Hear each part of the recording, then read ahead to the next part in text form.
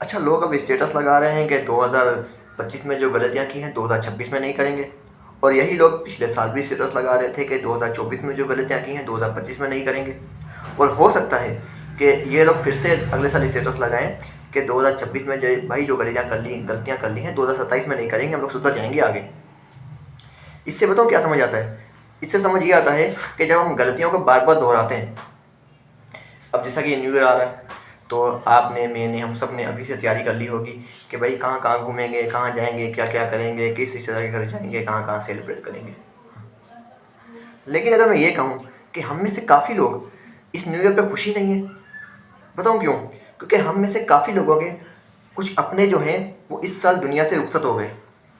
कोई car accident में मारा गया, कोई बाइक से गिरकर मार गया, कोई बस से, कोई ट्रक से, कोई रिक्शा से, ना जाने इतने कितने ही हादसे हुए हैं इस ईयर, जिनके अपने इस दुनिया से जा चुके हैं।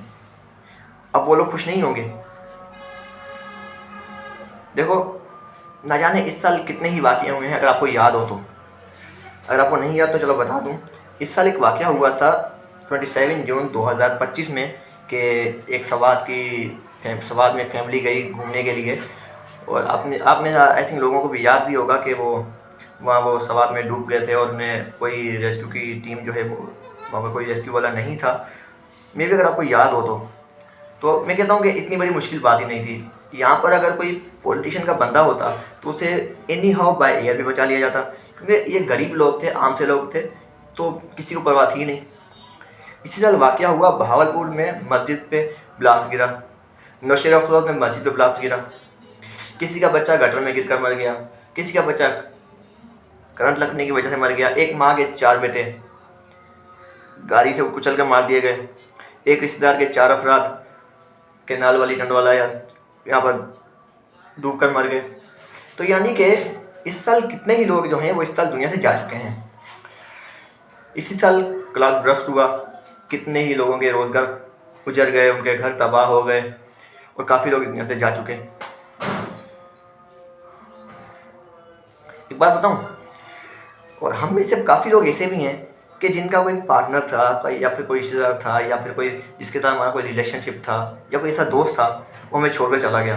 अब हम आस लगा कर बैठे हुए हैं कि वो वापस आएगा, हमें मनाएगा, फिर से हमारा रिलेशनशिप है वो आगे बढ़ेगा, कमिटमेंट फिर से होगा। अच्छी सोच रख के बैठे हैं। यहाँ पर एक गौर करने वाली बात यह है कि हमारा कोई अगर दोस्त है जो कोई चला गया है, या कोई पार्टनर है वो छोड़कर चला गया है, तो एटलीस्ट उसके वापस आने के चांसेस तो हैं, वो कम से कम वापस तो आएगा।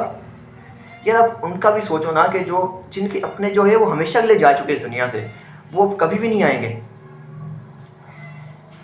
एक बात कहूँ, जो इंसान आपको छोड़ कर जाए ना, उसे कभी भी रोकना मत। कि छोड़ के जाने वाला जो होता है ना, वो ऑलरेडी तैयारी बहुत पहले ही कर चुका होता है। वो जस्ट एक वैलिड पॉइंट ढूंढता है, वो सिर्फ तरीका ढूंढता है, कोई बहाना ढूंढता है कि किसी तरीके से इसकी ज़िंदगी से दूर चला जाऊँ। देखो, अगर आप किसी के साथ रिलेशनशिप में थे, या अगर आपका कोई दोस्त था जिसको आप दिल से बहुत चाहते थे, और वो आपको छोड़कर चला गया इसी साल किसी ना किसी वजह से, और अब आप उसके इंतज़ार में हो, रो रहे हो, गिल्टी फील कर रहे हो, हार्ट ब्रेक हुआ है आपका, मैं कहता हूँ कि बेफजूल है। असल में गलती उस इंसान की नहीं है जो आपको छोड़ के चला गया। गलती आपकी है कि आपने किसी अजनबी के लिए अपने इंटेंशंस को इतना प्योर, इतना हाई क्यों किया, एक अजनबी के लिए। और आप फिर भी उसकी याद में हो, पुराने मैसेजेस पढ़ रहे हो, और उसकी फ़ोटोज़ वगैरह देख रहे हो, वापस आने का इंतज़ार कर रहे हो। मैं कह रहा हूँ कि बेफजूल है आप। तो जो छोड़ कर जाए ना, तो उसे मैं ये नहीं कह रहा कि आप उसे ये कह दो कि भाई आप वो वाला रास्ता चली जा, वापस मत आना। या फिर ऐसा कोई लड़का है वो आपकी ज़िंदगी से दूर जाना चाहता है, और आप उसको ये कह रहे हो कि ठीक है चला जा, तू है कौन। ये होती है जहालत। जहालत से नहीं, अगर जो जाना चाहे ना उससे प्यार से रुखसत करो, ठीक है। अगर कोई लड़का तुमसे ये कह रहा है कि भाई मैं तुम्हारी ज़िंदगी से दूर जाना चाहता हूँ, तो भाई कह दो ठीक है, अपना ख्याल रखना, wish you all the best, बस। यानी कि रुखसत भी किसी बंदे को आप ऐसे करो कि आपकी वैल्यू बढ़े, यानी कि आपकी रिस्पेक्ट जाते जाते भी उस इंसान की नज़र में समझ आए कि ये मुझे रोक क्यों नहीं रहा, ये मुझे रोक क्यों नहीं रहा, इसमें इतना सब्र कैसे। यानी कि जाती जाती भी आपकी वैल्यू बढ़ जाए उस इंसान की नज़र में। अब यहाँ पर एक गौर करने वाली बात यह है कि हम किसी को जब इतनी इम्पोर्टेंस दे देते हैं और फिर भी हमारे साथ ऐसा होता है ना, तो गलती हमारी है, उस इंसान की नहीं है जिसने हमें छोड़ा। गलती तो हमारी है ना कि हम किसी के लिए अपने इंटेंशंस को इतना ज़्यादा हाई कर लेते हैं कि बाद में हमें रोना पड़ता है। चलो ये तो वो बात कर रहा हूँ जिनके अपने छोड़ के चले गए, वापस आने के चांसेस हैं भी और नहीं भी। हो सकता है अगले साल वापस आ जाएं, हो सकता है अगले साल ना भी आएँ। तो यहाँ पर एक गौर करने वाली बात यही है कि आपका जो चला गया ना, एटलीस्ट वो ज़िंदा है, कम से कम दुनिया में तो वो है। आज नहीं तो कल, अगले साल, या मतलब कुछ सालों बाद नज़र से एक दूसरे की टकरा तो जाओगे, फिर से मतलब मिल तो जाओगे रास्ते में, लेकिन उन लोगों का भी सोचो ना जिनके अब अपने कभी वापस नहीं आएंगे, जो इस साल जा चुके हैं। तो मैं ये कहता हूँ कि जो इस साल अब सबको खुशी तो है ही, आई थिंक आप लोगों को, हो सकता है काफ़ियों को ना भी हो जिनके अपने चले गए हैं। और ये मत सोचना कि अगर आपका बुरा वक्त नहीं आया तो आप बहुत खुश हो, हैप्पी कर रहे हो कि भाई हम पर कोई बुरा वक्त नहीं आया। देखो, वक्त हमेशा एक जैसा नहीं रहता।